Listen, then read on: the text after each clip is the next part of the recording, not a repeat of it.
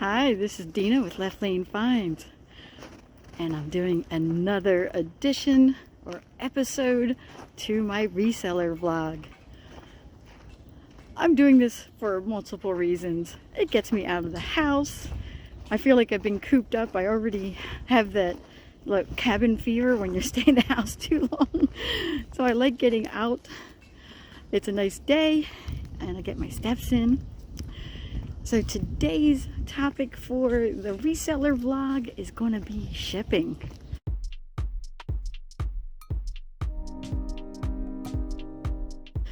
There's always lots of questions around that, or I don't know what to do with this or that or the other thing. So we're going to do a quick little rundown. I'm not going to show you how to ship. There's plenty of videos out on YouTube for that. So many. How to ship vintage, how to ship that, how to wrap it. There is tons of those videos. I suggest you go out and search for those. Watch more than one. There's all kinds of shipping, like how-to or methods. There's even like where to get supplies. I can tell you a little bit about that. So the one thing that held me up from being a reseller was the shipping supplies.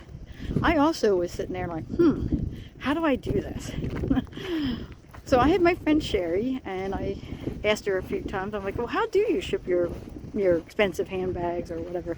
And she's like, oh, I get my boxes from here, and I bought some of this butcher paper, and because the really expensive handbags that she was selling, she wanted to make sure that they were packaged up really nice and that they got there and they wouldn't be damaged. And so then I was like, oh, how do you do this? So I did ask my friend. I had a source to ask, but I still was like, I don't know. I don't have boxes around my house for things. Like, we don't keep boxes. You don't normally keep all these little boxes or different size boxes, and I didn't have any packing material. And for me, starting out as a reseller has to do with the fact that I have a business and finance background, is that I'm like, any type of cost eats into my profit, so I didn't want any cost. I was being cheap about it. But just like every other reseller, I had to bite the bullet. I had to buy poly mailers for my clothes. I started looking around the house to see how many shoe boxes do we have, because for some reason you keep shoe boxes.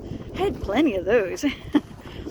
And so when I would sell shoes, they'd go in the shoe box, and I shipped them out directly that way. In fact, sometimes if I didn't want to go to the post office, I'd put them in my own mailbox with a little flag up, and the mailman would pick them up and put them in his truck. He'd drop off our mail and take that mail. It was no big deal. I was like, oh, this is awesome. And then as I continued to sell more and more, I was like, oh, I need a source of boxes. And I'm like, well, there's plenty of boxes at work. There's just like tons of boxes, packing material, all kinds of things. I started grabbing those boxes and taking them home. And I started telling people about it. And the more at first you don't want to tell people that you're a reseller because you're working full time. But it's you just kind of bring it up in conversation. And I'm like, hey, I'm a reseller and I really need a lot of boxes and packing material, Well, people started bringing stuff in from their houses. They bring it in for me because it's a nice thing to do. And so that was a little supply. So I was getting the boxes from work, which would be set out for trash. The cleaning people would pick them up at the end of the day, but I got out of work before the cleaning people would get there. So I was able to pick up those boxes and get them, and the packing material, and then people were bringing stuff in, and it has been working out great. Then I found out, and this is the important thing, set up an account on USPS.com. Go do it right now. Stop the video if you have to. If you don't already have an account with the United States Postal Service, do it right now. And go in there and order your free boxes. Free boxes, padded envelopes, everything. The padded mailers. There's boxes of all sizes. Like if you sell, say, mugs, they have a mug box. 7 by 7 by 6, I think it is. I always say 7 by 7 by 7, but I think it's 7 by 7 by 6. Perfect for shipping mugs, small items, even your small, like I sell vintage things, so anything that glassware, anything that fits in that box, I'm shipping it in. Then they have a 12 by 12 by 8. That's for your bigger items. When I'm out sourcing, I try not to buy anything bigger than that would fit in that box. If it fits in that box, I feel confident about buying it at the thrift store, because I already have a box at home that I know I can put it in, have plenty of room to put all the packing material around it so that it doesn't break if it's a breakable. And that's the key to shipping, or getting over that initial like fear of I don't want to ship. So if you only want to sell local, if you really don't want to do shipping, you can always do a booth at an antique shop, or you can do local pickup only.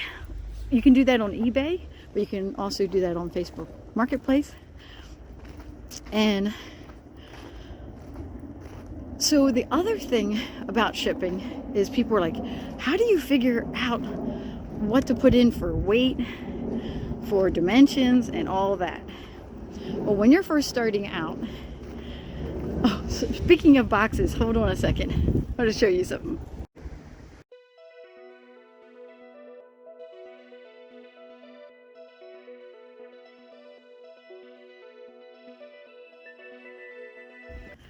That was weird. My camera shut off all of a sudden.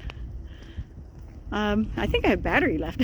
But anyways, so I cut off the side that has the sticky label, has their address and all that information. And I still use the other side of the padded envelopes that I think Amazon sends out things in.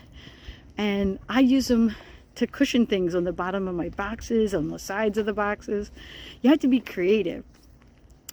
This is going to go back to also my previous vlog, is if you're going to try to be perfect with your shipping because you're trying to create a brand or anything, you can do that, and it can cost a lot of money doing that. I wouldn't suggest starting out that way, but if you want to, if you want everything to be absolutely perfect, then you're going to want to buy the butcher paper. You definitely want to buy a lot of bubble wrap, and you're going to want to buy, you know, a lot of boxes maybe from Uline or something like that. You certainly can do it that way. You can absolutely, like, say, start off the right way and do the things absolutely perfect. Like Etsy and Poshmark definitely want you to dress your items up, you know, make sure that they're, you know, packaged nicely, but sometimes more importantly, that they get there and they're not broken. That is more important too. So that's just my little spiel on shipping. I hope you guys got some information out from that.